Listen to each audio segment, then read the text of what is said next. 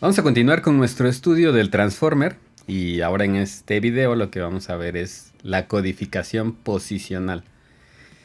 Si recuerdan del video pasado, lo que vimos fue cómo pasar de las inputs y llegar a la representación embedding. Entonces esto fue lo que vimos y vamos a quitarlo. Bien, regresemos a nuestro ejemplo que decíamos que tenemos estos tokens que es el gato maulla y el perro ladra. Entonces ya estamos en una representación en el espacio embedding y ya tenemos estos tokens en vectores de 512 elementos. Es decir, tenemos una dimensión de 512 y tenemos la longitud o la cantidad de tokens aquí en esta secuencia y tenemos una longitud máxima, que era lo que habíamos dicho. Ahora, pongamos atención en los verbos que tenemos aquí. Tenemos el verbo maulla y el verbo ladra. En esta representación de la cual nosotros hablábamos que eran los embeddings, entonces van a quedar muy cerca porque tanto maulla como ladra son verbos y están relacionados con el gato y con el perro, que son animales. Y son los sujetos de estas dos oraciones que están unidas. Entonces, ¿qué es lo que pasa? Que estos verbos en la oración van a tener significado en dependencia del lugar en el que están. No es lo mismo que digamos el gato ladra y el perro maulla, porque la oración entonces pierde sentido de cierta forma. Entonces podemos decir que tanto el gato maulla y el perro ladra importa el orden en el que están las cosas. ¿Qué es lo que pasa cuando tenemos nuestro Transformer, que lo vamos a poner por acá? Resulta que de una sola entrada, la cadena completa, todo el input, pues se procesa. Y de cierta forma, pues si lo ponemos directo, estaríamos como perdiendo cierto orden en el que tenemos las cosas. Eso pasa con redes anteriores, por ejemplo, las completamente conectadas, de repente se pierde un poquito el orden en el que aparecen las cosas porque estamos tratando de detectar las relaciones. O en las convoluciones, por ejemplo, estos detectores de características, que son los kernels, pues se van a activar, no importa si lo que estamos buscando está al principio o al final, el kernel se va a activar. Entonces, hay formas de, digamos, extender esos métodos previos para que incorporen la parte de la posición. Sin embargo, pues vuelven muy costosos. Las redes que sí habíamos visto que son capaces de manejar la posición en la que se van presentando los tokens son las redes recurrentes. Aún así, las redes recurrentes, pues ya también vimos que cuando entran muchos elementos, tenemos esto del desvanecimiento del gradiente, ¿no? Entonces, bueno, pues sí podían reconocer el orden, pero también tenían ciertos límites. Entonces, la forma en la cual en este transformer se incorpora la posición, porque es importante, se denomina positional encoding o codificación de la posición, ¿no? Vamos a poner aquí. Y vamos a pensar unas alternativas antes de ver lo que hicieron ellos. Pues una alternativa, digamos, súper básica sería: le concatenamos aquí a mi vector de 512 elementos, pues tal vez 3 elementos que me indiquen cuál es la posición en la cual se encuentra ese token.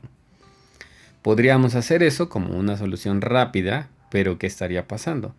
Estamos aumentando la dimensión, necesitamos más procesamiento. Y la otra, ¿qué pasa si de repente queremos extender el tamaño de las cadenas que queremos recibir? Entonces necesitaríamos también cambiar la representación porque a lo mejor ya no son suficientes 3 elementos, sino necesitamos más. Entonces todo este manejo de la posición se vuelve un tanto complicado. Y voy a poner aquí la representación de qué es lo que estaría pasando.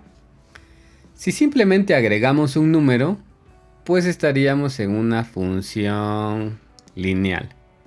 ¿Ok? Y aquí tendríamos el número de token.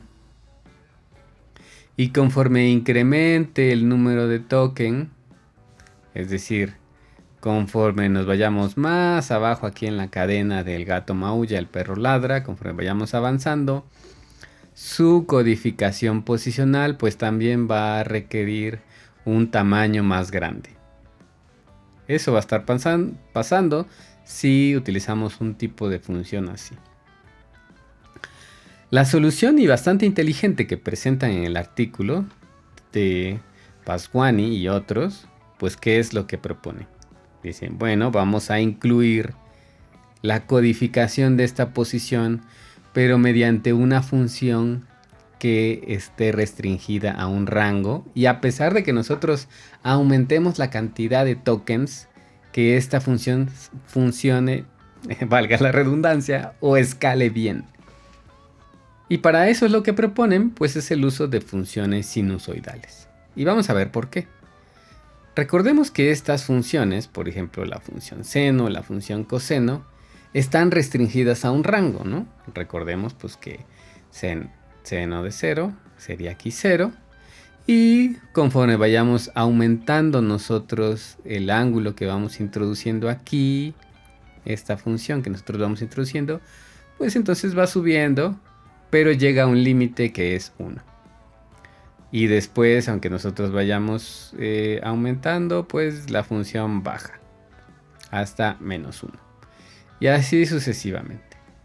Esa sería una función. O podríamos tener la función coseno, ¿no? Que sería algo así. Entonces, si nos damos cuenta, lo que está pasando es que aunque nosotros incrementemos el token o digamos la posición en la que está ese token, su codificación sigue permaneciendo dentro de ese rango. Entonces, pues bueno, parece que estas funciones seno y coseno nos pueden, digamos, codificar la posición y que esto escale bastante bien, a pesar de que lo estemos cambiando, ¿no? Lo que sí va a variar en esta representación es la frecuencia. Recordemos que la frecuencia es que tan rápido empieza a cambiar esta función, ¿no? Si nosotros incrementamos la frecuencia de esta función, entonces probablemente tengamos algo así, ¿no? Una función que va subiendo y bajando muy rápido. Y entonces, pues cada uno de los tokens podría tener, dependiendo de su posición, una frecuencia determinada, ¿no? Y unos van a tener una frecuencia alta y otros otra frecuencia más baja. Entonces, de esa forma es que más o menos funciona la codificación posicional. Esto nos va a ayudar. ¿Ok? Bien. Ahora quitemos esta parte para explicar lo que sigue. Listo. Ya nos trajimos desde el paper lo que ellos proponen para la codificación posicional.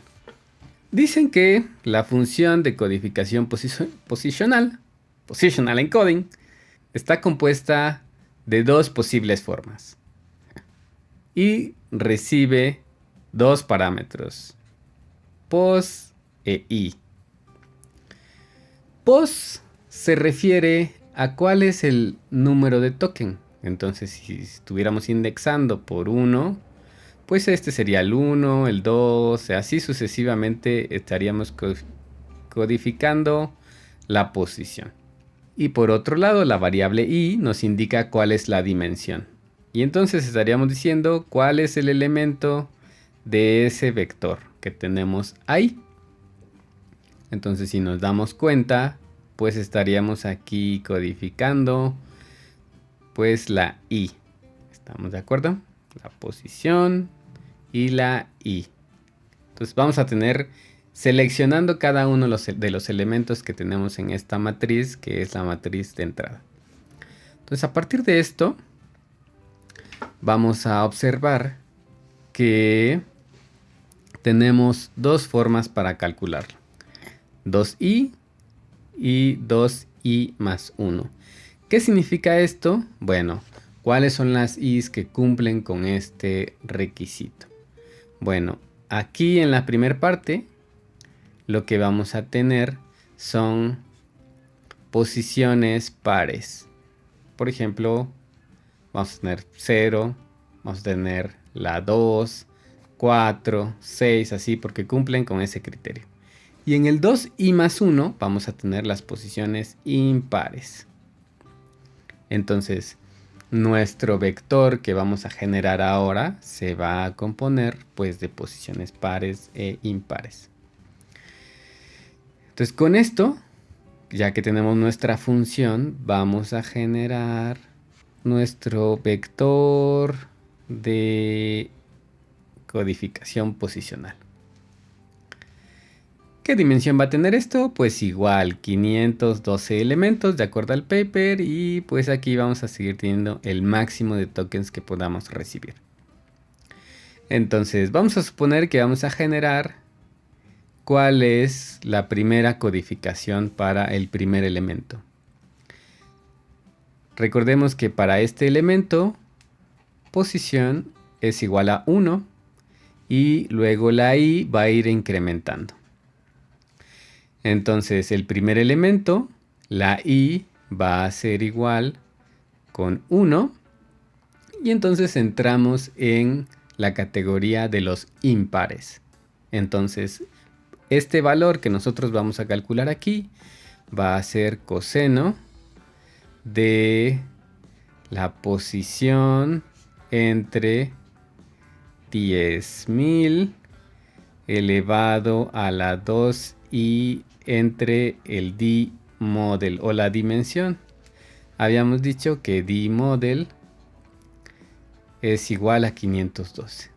Entonces para este primer elemento, pues resulta que vamos a tener el coseno de 1 entre 10.000 a la 2 por 1 entre 512.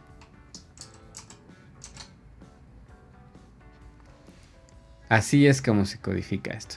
Esto nos va a dar un valor, ¿no? No lo voy a calcular aquí, pero esto va a ser el primer valor que nosotros vamos a llenar aquí en esta casilla. Ya tenemos este valor. Entonces vámonos al siguiente. El siguiente valor tendríamos la posición 1 igual y tendríamos i igual con 2.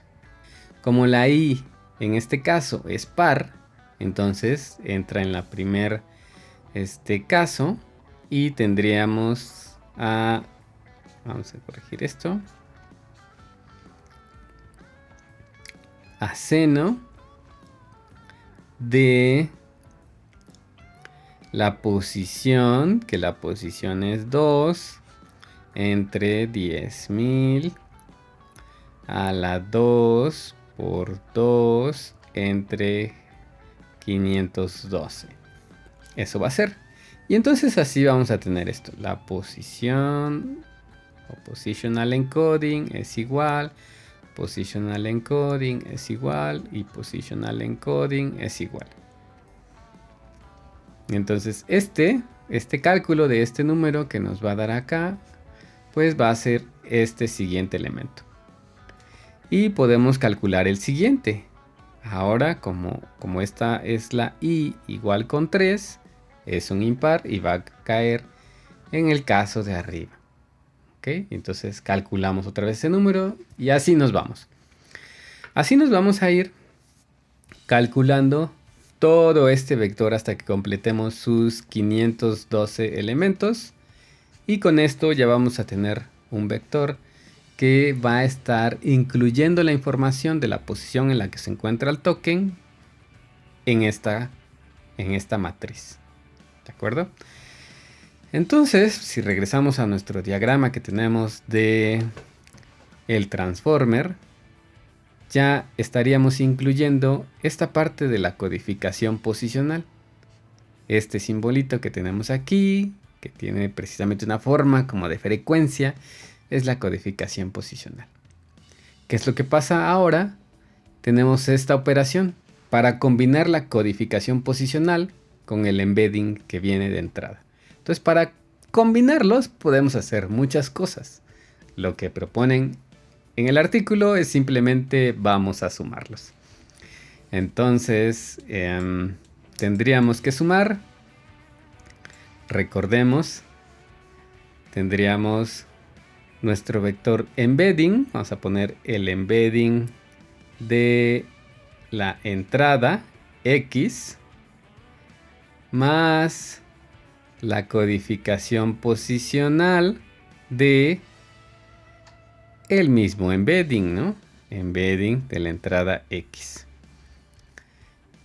Esta suma que nosotros tenemos aquí y que podemos ver que esto es la suma de este vector que tenemos arriba y este otro vector que acabamos de calcular. Hagamos esto más pequeño para que se observe. La suma de este y la suma de este son lo que pasa aquí de entrada y se va a introducir al mecanismo de atención. Entonces, hasta este video lo que tendríamos es ya lo que va a entrar al mecanismo de atención y podemos ver que se va a bifurcar aquí entre dos partes y lo que continúa su camino se va a dividir ahora en tres: en la petición, en las llaves y en el valor, o en el query, en el key y en el value. Pero pues eso lo vamos a ver en el siguiente video, cómo hacer la división entre estas tres cosas y qué es lo que significa. Así que pues nos vemos.